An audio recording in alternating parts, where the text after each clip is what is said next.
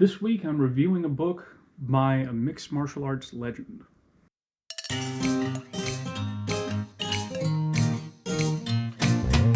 Hi guys, my name is Joe and welcome to Fighting Words, the martial arts library. On this channel I review martial arts books and talk about other martial arts related subjects. So the subject of today's review is Mixed Martial Arts, Book of Knowledge, published in 2007. The authors are BJ Penn, Eric Krause, and Glenn Cordoza. BJ Penn is the most famous of the trio. He won titles in 2 weight classes in the UFC. He was one of the best fighters in the early 2000s. A little bit of trivia, he's actually undefeated at middleweight. He had 2 fights there against Renzo Gracie and Rodrigo Gracie, both on, I think it was Rumble on the Rock out of Hawaii. Glenn Cordoza and Eric Krause have similar backgrounds. They're both former Muay Thai fighters who have turned to writing. Both of them have written several books, including co-authoring multiple books for the Victory Belt Publishing Company, which is where this book was published through. So we kick this off with the introductory section, which goes over BJ Penn's fight biography. You know, it starts when he was 17 and just scrapping with some of his friends in, old ratty pairs of boxing gloves. Talks about how he got into jiu-jitsu and then into mixed martial arts. That sort of gets us into the subject of mixed martial arts as a whole, and he gives us an overview of that. Most fighters have a particular background and need to build their skills around that background. If you don't have one, then you should be training everything and figure out where your strengths lie. And in this section, he also gives an overview of some circuit training routines. Most of them are designed for 5-minute rounds, so you'll spend 1 minute doing one activity, then the next minute doing another. Some are meant to focus on certain fighting conditions. For example, round 1, we're going to do some striking and look for the takedown. Round 2, we're going to fight off the sprawl. Round 3, we're going to work on passing the guard. Others are more general conditioning, and he even includes a sprinting routine in here. I should note that except for his lightweight title run, it's interesting that this is included because BJ Penn was sort of known for not having any conditioning. He was super dangerous in the first round, but if you could make it to rounds 2 and 3, you were probably going to pick up a decision. So I'm not going to say that it's ironic that it's included because they all seem like good ideas. And this was written around the time when he was getting into his lightweight title run, where he was working with a good strength and conditioning program. All the same, I do feel the need to sort of put that up front, sort of buyer beware when it comes to the conditioning stuff. The actual chapters of the book cover all aspects of mixed martial arts fighting. We begin with things like stance and stand-up striking and move into, takedowns, clinch work, ground positions. I think something that stands out in a positive light is that each one of these chapter intros will end with a literal checklist of these are the important points for this particular area of fighting. Now, Mr. Penn makes it clear up front that he doesn't particularly like kicking, so you're not really going to get a whole lot in the way of kicking offense here. But the stand-up portion, we begin with a small section on stance, and then we go into the fundamental boxing punches. And immediately following that, we get a section on striking into takedowns. And the takedowns we're given here are very basic. It's going to be the double leg and the single leg. And he basically says if your opponent has the same leg forward that you do, shoot a double. If he has the opposite leg forward, shoot a single. He actually shows in this section how to play off both strikes and the takedowns. So while striking into takedowns is included, we also get faked or failed takedowns into strikes. Some of these striking combinations, it'll be like a 4-punch combination, and at the end of that, you shoot. So he's definitely not neglecting the striking portion of it. Following on to that, we have a section on defense versus strikes and takedowns. And these defenses always or nearly always have counters built into them. While BJ Penn will not himself show how to use kicks offensively, he does have kicking defense included in here, so that's good to note, because you're going to get kicked in MMA probably. After that, we get an extensive clinch section. It's one of the larger sections of the book, and he will include various types of clinches, like the dirty boxing clinch and the Muay Thai clinch. In this section, the authors do a good job of showing how to mix up both striking and grappling. Grappling, even the idea of attachment to the clinch to begin with. You get various transitions through here, like how to take the back off of a collar tie. And once again, I think they do a really good job of showing how strikes and grappling in various forms can work in here. So you will get, I'm going to clinch to hit the guy. You will get, I'm breaking out of the clinch to hit the guy. You'll also get, I'm going to pull on the guy's head, and when he postures up, I'm going to shoot for a double. Also in this section is where you get the majority of your cage work. So it's appropriate that that was included in the clinch section, although, spoiler alert, we will be getting some of that when it comes to ground escapes as well. Next is a section on attacking the downed guard. So you are standing, your opponent is down. For the offensive section, most of this consists of strikes and throwing the legs aside, passing the guard in order to get to side control or a better position. This is where we start to see strikes that will be illegal under the unified rules, for example, kicks to the head. Immediately following that, we get the section that I think might work best for actual self-defense, which is being the defensive guy on the downed guard. You're on the ground, your opponent's standing over you. This section includes defending against any number of strikes, which again, from a self-defense perspective is important, but also how to off-balance and sweep or knock down your opponent, as well as some different ideas of how to strike them, in the form of kicks, chopping kicks to the thighs, up kicks to the face, snapping, thrusting kicks to the legs. So this is a pretty good arsenal. I think it's a section of martial arts that sort of gets neglected by, even folks in MMA. So I really think this is one of the many highlights of the book. Then we get into the guard proper. And we're mostly looking at the closed guard here with a little bit of the butterfly guard thrown in. We begin with the offensive section, which is almost entirely striking the guy whose guard you're inside, and also passing the guard. This is another moment where we get a highlight. BJ Penn's guard passes were excellent, and we do see some very well done, well presented guard passes in this section. And there's also the defense against the guillotine choke, because if you're in someone's guard, that's an option that they can go for.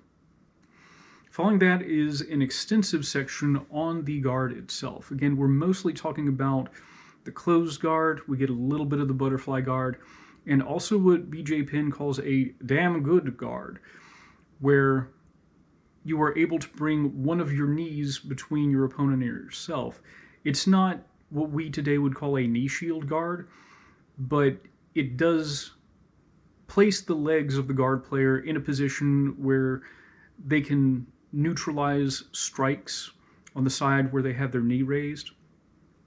And it also allows them to really begin to work on submission options from there. Most of the butterfly guard stuff in this section is on sweeps. We do get a few options of, you have your opponent in your guard, but they're pinning you against the cage. He's showing a few ways to escape or reverse from being pinned against the cage or a wall, again for self-defense, and how to get back to your feet from that position or how to reverse. And also in this section, we get sequences of sweeps and submissions that play off of one another. So if you go for a certain type of sweep and it fails, your opponent is placing themselves in a position where you can begin to set up a certain submission. And the most obvious defense for that submission places them in danger of another submission. So this is also one of the highlights of the book. And whereas the other sections before were divided up into, top guard and bottom guard and, standing down guard and defending the down guard. The next 4 positional chapters, which cover half guard, side control, mount, and back or turtle, those present offense and defense together in a single chapter. In their format, they'll sort of continue with the pattern that we've seen earlier. So they will begin with the offensive section, like if you're on top of side control, how to attack from there. And they will end with the defensive things. So, for example, how to escape from underneath side control. We begin with the half guard section. It's frankly pretty brief, but again, highlights Mr. Penn's knowledge of guard passing, or in this case, half guard passing. So we get some very solidly detailed fundamental guard passes or half guard passes.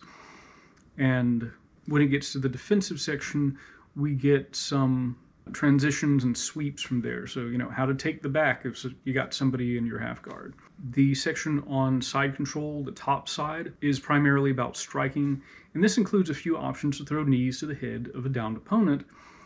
So things that are not applicable to fighters in the United States, maybe you'll find an opportunity for that outside of the United States. It also shows some arm locks, the Kimura and Americana, for instance.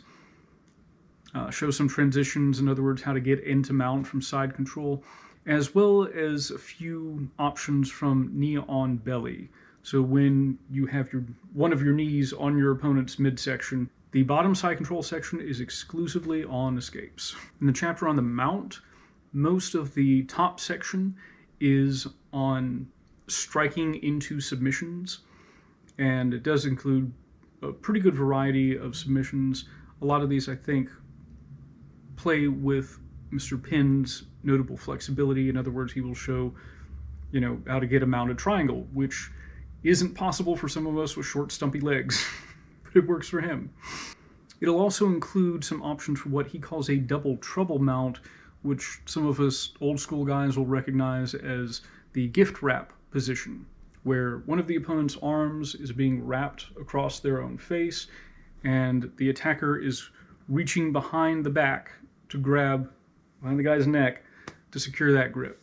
In the bottom section, again, it's almost exclusively on escapes, including an escape when you are able to actually sort of walk up the cage. You might be able to reverse from there and be on top of the guy's guard. The back section includes some turtle attacks.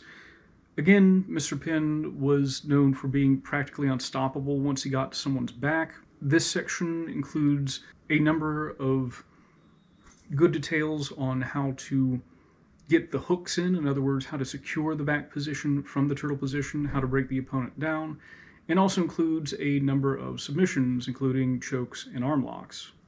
The escape section in the back control is not to be ignored. Again, he's so good at attacking the back, he has a very good understanding of what it takes to defend the back, so we'll show a number of escapes from the back as well as escapes from being choked.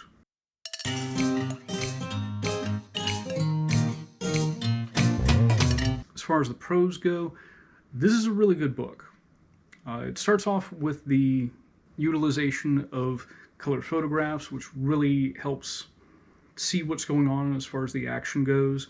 The chapters themselves are color-coded in the upper corner of the page, and all around the techniques are really good. Like the boxing is good because he's doubling up on the same side. The wrestling is good. He is using fundamentally sound defenses against the front headlock, for instance. I really like the clinch and guard section, how in-depth he goes into those areas.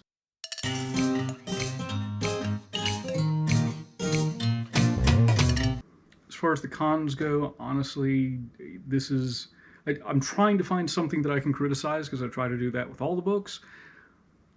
Pretty much the only thing I can say is that it's a little light when it comes to striking options and a little bit when it comes to striking defense. I don't really see that as a problem for most people. Again, the focus as far as the strikes go tends to be closing the distance, getting into the clinch, and beating a guy up once you've got a hold of him.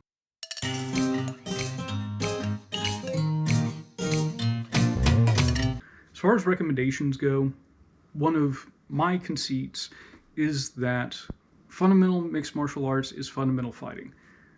This might be the best book on mixed martial arts fundamentals that I have seen. The authors give you options from all these positions. Like if you have someone in your guard, it'll show you different ways to stand up from there, which gives fighters the option to choose to, am I going to try to stay on the ground and look for a submission, or am I going to try to take the fight back to the feet? And as I mentioned during my review of some of the chapters, there are parts of this that I think translate pretty well to sort of missing sections in self-defense, like fighting off of the wall, defending yourself when someone's standing over you if you're on the ground. So yeah, this is a really good book on fighting, and the authors are very detailed in some very particular aspects of this. So it's good. That's my recommendation, if you can find it. With that being said, I don't think it's in publication anymore. It's possible to maybe find it at secondhand stores, but if you're going to get a pristine copy of it, it's probably going to cost you a little bit. Anyway, that's all I have for this week. Thank you for watching my video.